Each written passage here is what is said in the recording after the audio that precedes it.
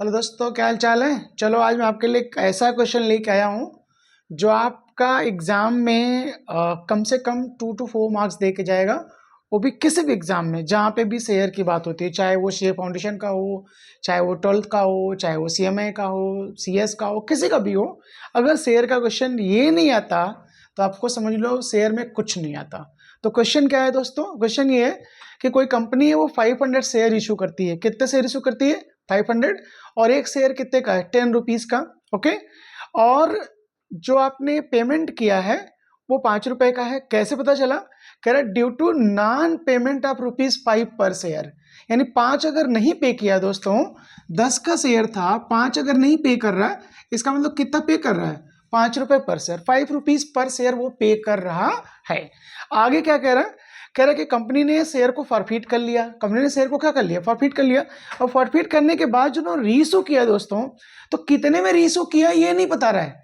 कह रहा है जो कैपिटल रिजर्व में ट्रांसफर किया, कहां पे? कैपिटल रिजर्व में, वो आपका कितना रुपया है? 1000 से। कैपिटल रिजर्व में ट्रांसफर किया 1000 से। अब इस क्वेश्चन को अगर हम सॉल्व करना है तो सबसे पहले आप क्वेश्चन का फॉरफीचर का एंट्री करो दोस्तों। तो क्या एंट्री होगा? Equity share, equity share, capital account, debit. तो यहां पे तो कोई प्रॉब्लम नहीं होना चाहिए।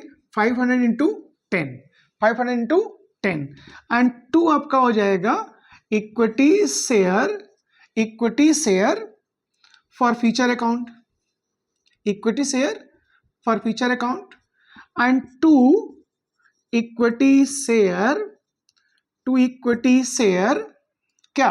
Unpaid call, unpaid call. तो दोस्तों अनपेड में तो एकदम आंख बंद करके 5 रुपए नहीं दे रहा है पर शेयर, 5 रुपीज नहीं दे रहा, तो दे कितना रहा भाई? 5 रुपए। तो अनपेड में तो 500 इंटू 5 हो जाएगा, और दे कितना रहा है? वो भी 500 इंटू 5। तो होप आपको ये एंट्री में कोई प्रॉब्लम नहीं होगा। ओके। तो यहां पे आ जाएगा आपका कितना? 2500। यहाँ पे भी आपका आ जाएगा कितना? 2500। यहाँ पे आपका आ जाएगा कितना? 5000। होप ये फॉर फ्यूचर का एंट्री आपको क्लियर हो गया होगा।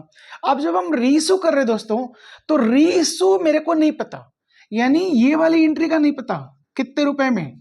बैंक अकाउंट डेबिट नहीं पता, फॉर फ्यूचर भी नहीं पता, इक्विटी शेयर फॉर फ्यूचर भी नहीं पता, equity share for future account भी डेबिट होगा, इसका भी नहीं पता। तो दोस्तों बैंक का भी नहीं पता, फॉर फ्यूचर कितना हो रहा है ये भी नहीं पता।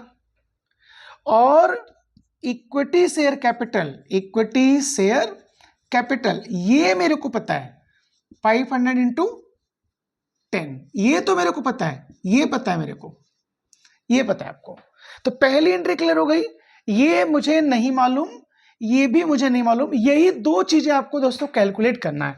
लेकिन लास्ट एंट्री जो दी है कैपिटल रिजर्व में ट्रांसफर करने की, वो कह रहा है क्या? वो कह रहा है, ये हो गया सेकंड।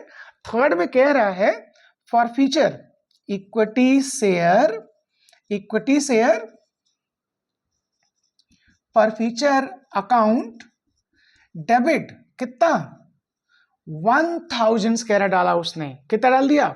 1000। और to capital reserve, to capital reserve. तो इस कैपिटल रिजर्व में जो फॉरफीचर गया है वो 1000 गया हुआ है, लेकिन कितने में इशू किया ये नहीं पता। दोस्तों कुछ करना ही नहीं भाई, बेटा जी लोग कुछ करना नहीं है, तो सर जी करना क्या है? अब रिवर्स एंट्री कर दो भाई, रिवर्स प्रोसेस अपना लो भाई। हमने ये जो क्रेडिट है दोस्तों यहाँ पे 2500 किसका? फॉर फ्यूचर का। इस 2500 से कितना माइनस किया होगा कि 1000 आ जाएगा? इस 2500 में से कितना माइनस किया होगा? ये फॉर फ्यूचर वाला अमाउंट, यही तो माइनस होता है यहां से, यही तो माइनस होता है। तो ये कितना माइनस होगा कि 1000 आ जाए?